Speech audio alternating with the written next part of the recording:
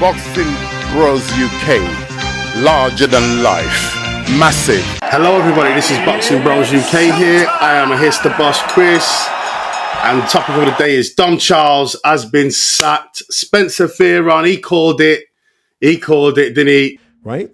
I do believe that certain people are going to get P45s tomorrow morning, and I'm going to be real with you, because I said who else is going to get P45? I believe that Don Charles is no longer going to be his trainer.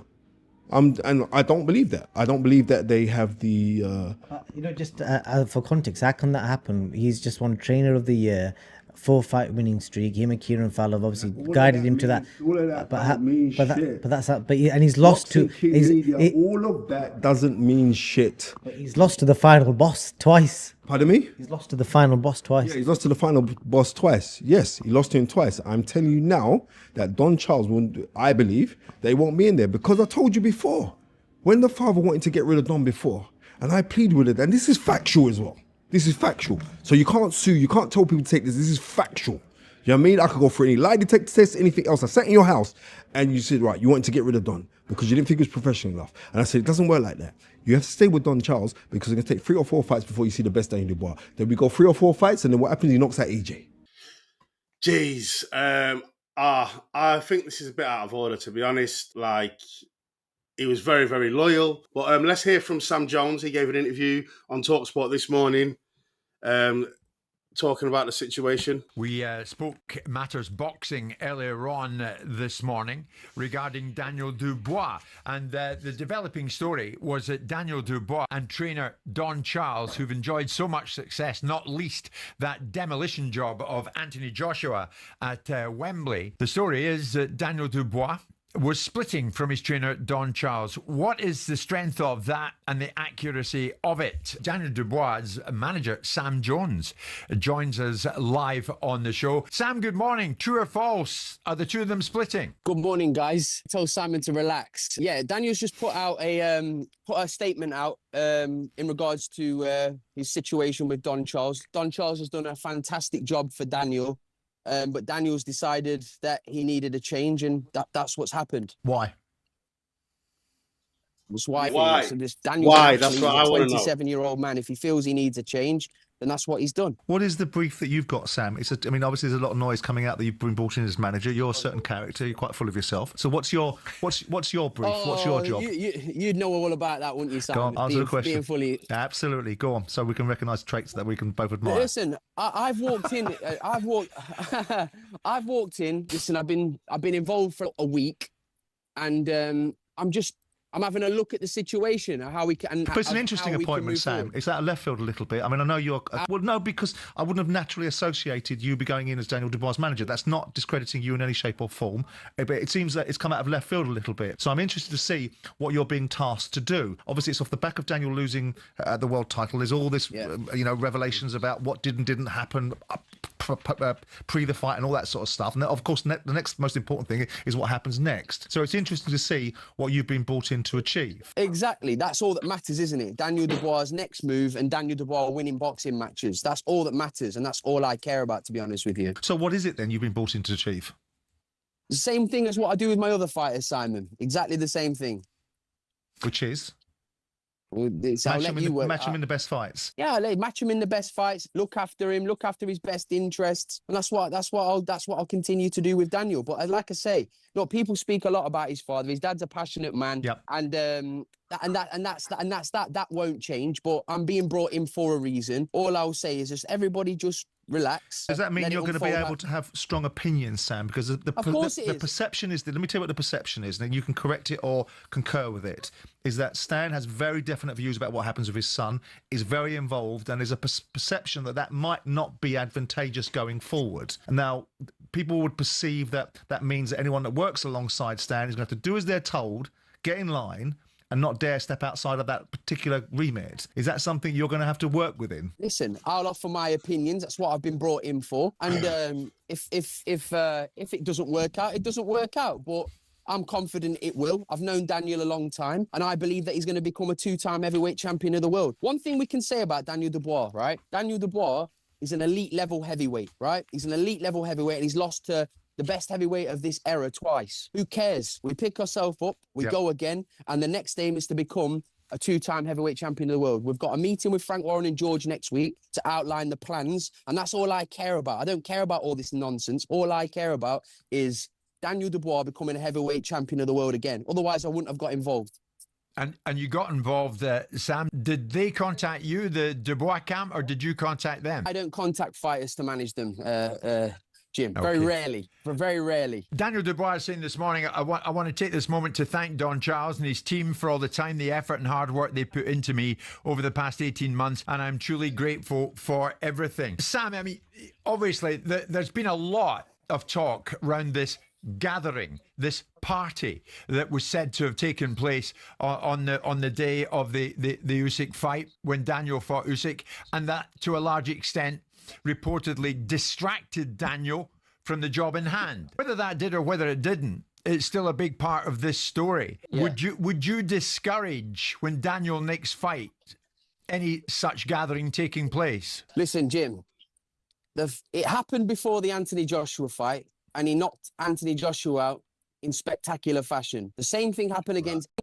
Let's stop it there, please, because they keep doing this. It happened at the Anthony Joshua fight, yes, but there was only about 30 people there. This time, there was about 70 people, probably closer to 80, and he tried to get every single one of them into Wembley Stadium when it was practically sold out without a ticket, and then causing a big fracas. That's what fucked everything up. That's what caused all the drama, you know? You can't do... What do you think this is? That is just... He's the one who fucked it up by doing that and saying Daniel's not fighting. All that mess. That's what fucked it up. So, yeah, it might have worked for the AJ fight, but I think they got lucky, and more people and causing more drama it wasn't going to improve it. It's bullshit. I wish they would stop saying that. Oh, it worked for the... This is not what they did at the AJ fight. It's completely different. Twice as many people, and they fucking rocked up at the stadium and tried to strong arm their way in. So no, you can't keep saying that. Happen against Usyk, and that's that really. I don't think anything like this will be happening again going forward. Daniel's team will be small and compact, and that's what's happening going forward. Okay, but just to be clear though, going forward, who has the final say on what Daniel does and doesn't do in terms of preparations for the next fight? Sam Jones or Stan Dubois? Who's the final boss? Daniel Dubois. 27-year-old man. Okay. Let me make that very clear. Daniel Dubois is the boss. His dad has an influence, of course he does, and that's the way that will always be. But Daniel Dubois is a 27-year-old man that will make his own decisions. Okay, well we have views on that, but let's not split hairs on that. What were you involved in the decision to dispense with Don Charles? Hell no. And a potential decision to bring in Tony Sims? Listen, the decision about Daniel's future training team has not been made. That's all hearsay. And whoever his present team then, the dispensing of the services of Don Charles, were you involved in that decision? Daniel Dubois made the decision he needed a change. Okay, Sam, listen, thanks for that. Sam Jones now. So there we go. We've got it. So there we have it. What do you make of that? Wow.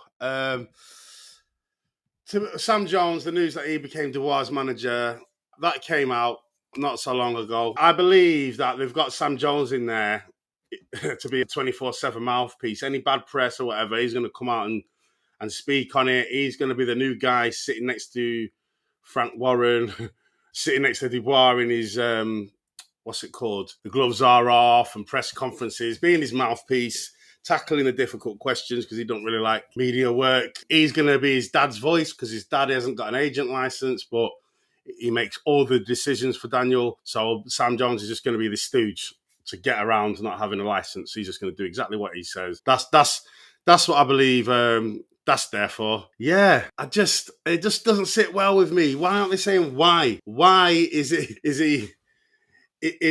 have they parted ways? Why does he need a change? At least Tyson Fury, when he left Ben Davison, he said he wants more power in his shots. Yeah, he wants to, hold his feet more and punch harder. So he that's why he got Sugar Hill in, a Kronk style, When AJ left, Rob McCracken, he said he wanted to tighten up his defense, learn a new style. And they've not said why. They've just said they want to change. For what reason? Like, we want to know. We're fans. Come on, don't do us like this. And I really do think they've done Charles dirty, man. Like, he put up with the dad taking over the corner in the fights. They found the happy medium. Even Frank Warren was getting the dad from the crowd and bringing him up to the corner. It was all a fucking circus. He put up with that shit. And let's not forget the loyalty he showed coming after the Usyk devastating loss, coming on Talksport to face Simon Jordan, knowing he's going to get a fucking grilling. You know how Simon Jordan is. But I like Simon Jordan now. I'm warming to him because he always asks the difficult questions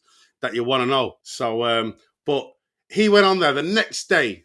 Stan Dubois didn't, Daniel, nobody did. He went there the next day and defended the party controversy and all the backlash. And he defended Team Dubois, and he defended it to the end. Like, I know Jonny Nelson's come out and said. And even then, I went on kind of a podcast with him, and he still stuck by it. And I thought, you've not been paid yet, because you're trying to defend something that fundamentally in our game is wrong, and you've got to try different things.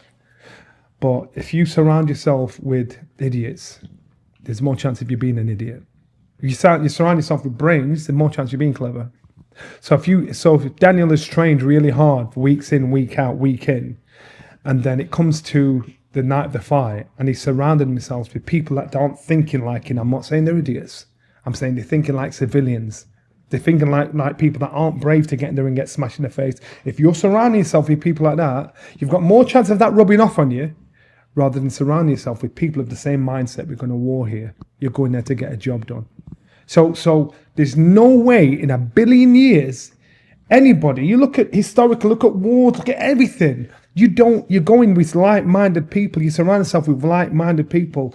I don't believe deep down in Don's heart he believed that. But I do believe, you know what, I've got to stay loyal to this cause and try and support and back up what, you know, these guys, the dad's saying, everybody else is saying, because I ain't got paid yet.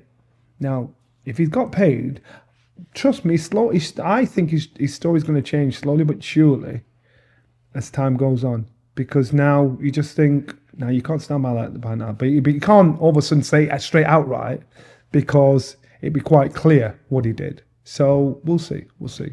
I really think they've done him dirty, because if that was the case, then he shouldn't have gone out and defended him. He should have just kept quiet, just like they did. Just don't fucking say anything. Put out a press statement saying some PC bullshit and move on. Don't give actual answers, what people want to know. But they didn't do that, and I really think he's been done dirty. Yeah, it's not fair, not right. However, the one positive that Daniel Dubois, George, the one positive that Dom Charles can take out of this is that he is a credible heavyweight coach now. Like, before it was like, oh, he only trains Chisora because he's always trained Chisora. Like, he's not a very good coach or whatever. All that shit now, you got to give him his respect now, and hopefully he can start training more heavyweight prospects, more heavyweight fighters, and be respected as a good British coach for now. Hopefully he'll start working more with his son, George Fox. I hope he's not injured. I might try and reach out to him, because I know people don't like him, but he says it how it is. If you actually listen to what he says, a lot of things he's not in the wrong, and you understand what he's talking about. Like that Usyk thing about him ripping his eyeballs out, he wasn't saying, I'll do that. Usyk said, oh, come on, let's go outside. And he was telling him it's not a boxing match. If we go outside, I'll rip your eyeballs out. Obviously, it didn't need to be so graphic, but anyone would say that. Like, when soldiers, when I've done doors, said, oh, they want to fight me. It's like, listen, you haven't got a gun. This isn't the army. We're all doormen, and we're just all going to fucking smash you in. Like, it's not war like what you think. So just calm down. Behave. This ain't your world. This is my world, kind of thing. So that was all that was. And I think he got a bit of harsh treatment for that, to be honest. The positive, he's a respected coach in England now. Hopefully he can get more heavyweight coaches and respected as a heavyweight coach. The Tony Sims, rumour to take over. Apparently, Sam Jones said that's not true. It's a rumour. Nothing's been confirmed. And we'll find out who his final coach is in a few days. Who do you think should be Dubois' coach now? There's so many coaches you could go with. Sanchez, Garcia, so many good ones. Like, I don't know why they got rid of Don Charles. Maybe Don Charles was too agreeable. That's why they got rid of him. I really don't know. I'd love to know. What do you think? Just using him as a scapegoat because he didn't come to their party, God knows. Beforehand, because he didn't agree with it, and then now they're blaming him for it. I don't know, but they've done him dirty. This ain't right. This ain't right. And they should say, what did he do that wasn't right? You know, I really hope they come out and make a statement. Come on, George. Come out, tell us how it is, because your dad's been done dirty. It's not fair. Let me know your thoughts. Let me know who you think you should go with next. All right, like and subscribe.